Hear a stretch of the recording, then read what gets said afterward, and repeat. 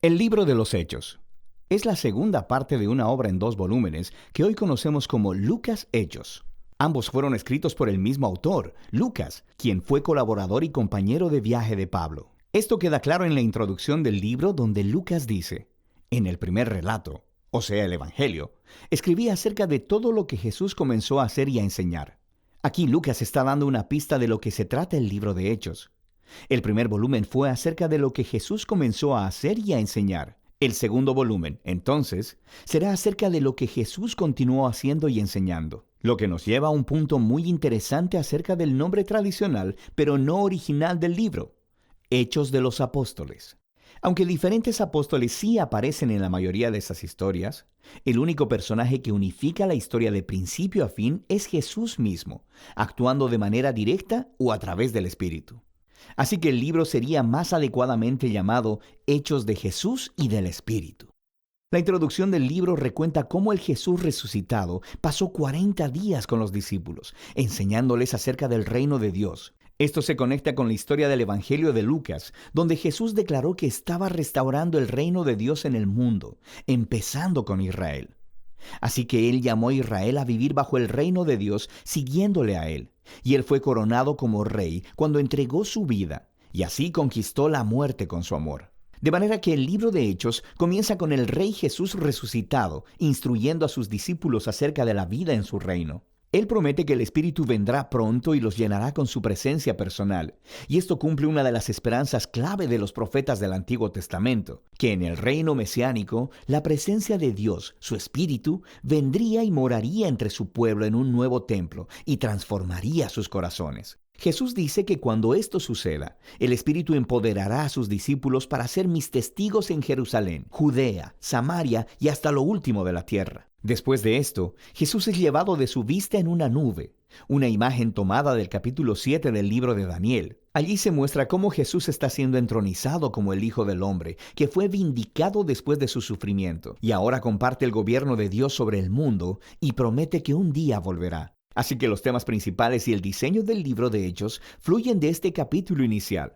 Esta es una historia acerca de Jesús guiando a su pueblo por medio del Espíritu para ir por el mundo e invitar a todas las naciones a vivir bajo su reino. Así que la historia comenzará con ese mensaje esparciéndose en Jerusalén y luego a las regiones vecinas de Judea y Samaria, llenas de gente no judía.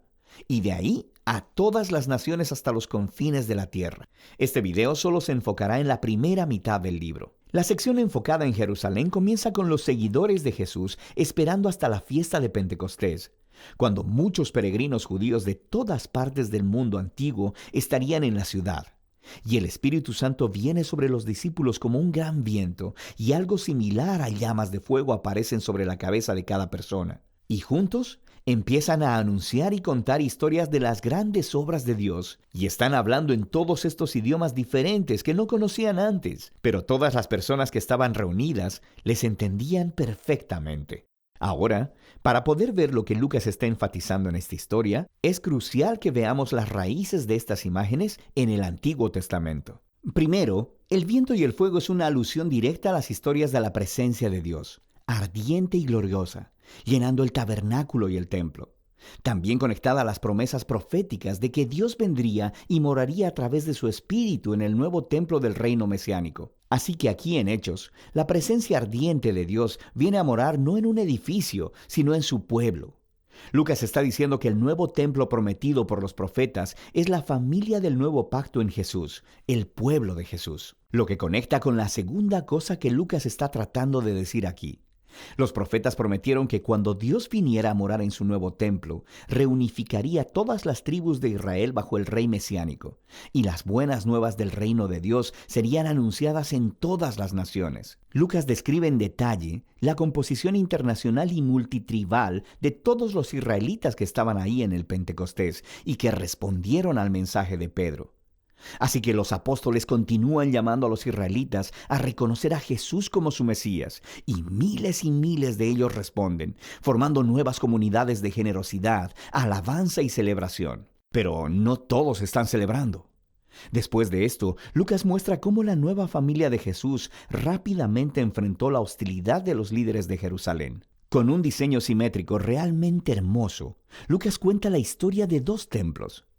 Así que el nuevo templo de Dios, la comunidad de seguidores de Jesús, día tras día continuaban unánimes, reuniéndose en el templo y partiendo el pan en los hogares. Entre estas notas hay dos historias acerca de Pedro y los otros apóstoles sanando a personas en los atrios del templo, para luego ser arrestados por los líderes del templo y en cada ocasión, a continuación, un discurso de Pedro en el que declara que Jesús es el verdadero Rey de Israel. En el centro de todo esto está una historia acerca de cómo los seguidores de Jesús donaban sus propiedades y posesiones a un fondo común para ayudar a los pobres, lo que es genial.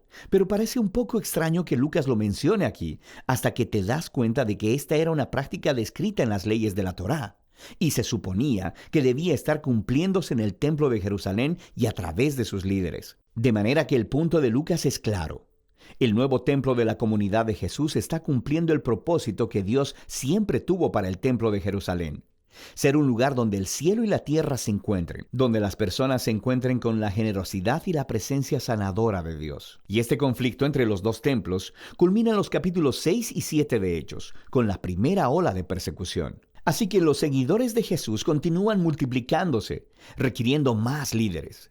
Uno de ellos, Esteban, es un valiente testigo de Jesús en Jerusalén y quien termina siendo arrestado, acusado de hablar en contra y hasta amenazar el templo. Entonces Esteban da un largo discurso mostrando cómo los líderes de Israel siempre han rechazado a los mensajeros que Dios les ha enviado, incluyendo a Jesús y ahora a sus discípulos. De manera que los líderes de Jerusalén se enfurecen, asesinan a Esteban y comienzan una ola de persecución contra los seguidores de Jesús, lo que ocasionó que muchos fueran esparcidos fuera de la ciudad. Pero esto tiene un efecto paradójico. Lucas muestra cómo esta tragedia se convirtió en un medio por el cual el pueblo de Jesús es ahora enviado a Judea y Samaria. En esta sección, Lucas ha recopilado un diverso grupo de historias que muestran cómo la comunidad de Jesús, en su mayoría judía y establecida en Jerusalén, se convirtió en un movimiento multiétnico e internacional. Primero está la misión de Felipe a Samaria.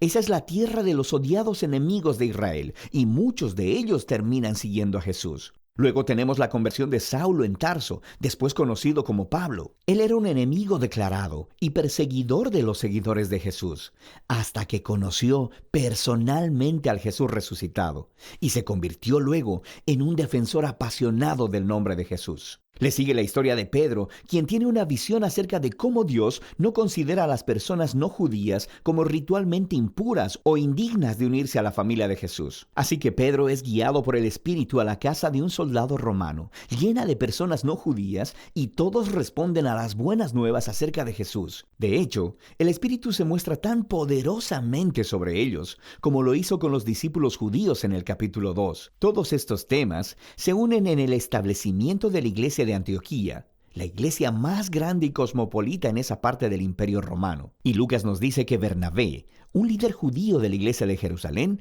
se trasladó junto con Pablo para ayudar a dirigir a la comunidad de esta iglesia. Y así se convirtió en la primera iglesia grande y multiétnica de la historia, y donde los seguidores de Jesús fueron llamados cristianos por primera vez. Y es desde aquí que los primeros misioneros internacionales fueron enviados. Así que vemos la comisión de Jesús haciéndose realidad. Y eso nos lleva al resto de la historia de Lucas. Por ahora, esta es la primera mitad del libro de Hechos.